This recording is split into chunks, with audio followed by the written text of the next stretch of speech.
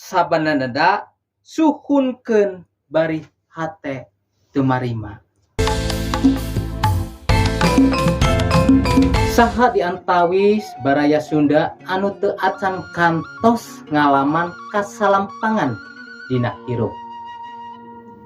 Tiasa salempang dina pangabutuh sapopoe, tiasa salempang dina hal kasehatan, tiasa salempang tina hal padamelan, tiasa salempang tina hal usaha, tiasa salempang dina rupi-rupi. Tapi kitab suci nyebatkeun yen urang teh ulah salempang.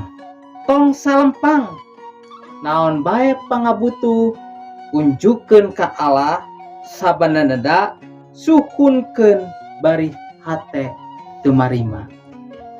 Jadi baraya Sunda ulah salempang. Gusti Yesus ngaberkahan.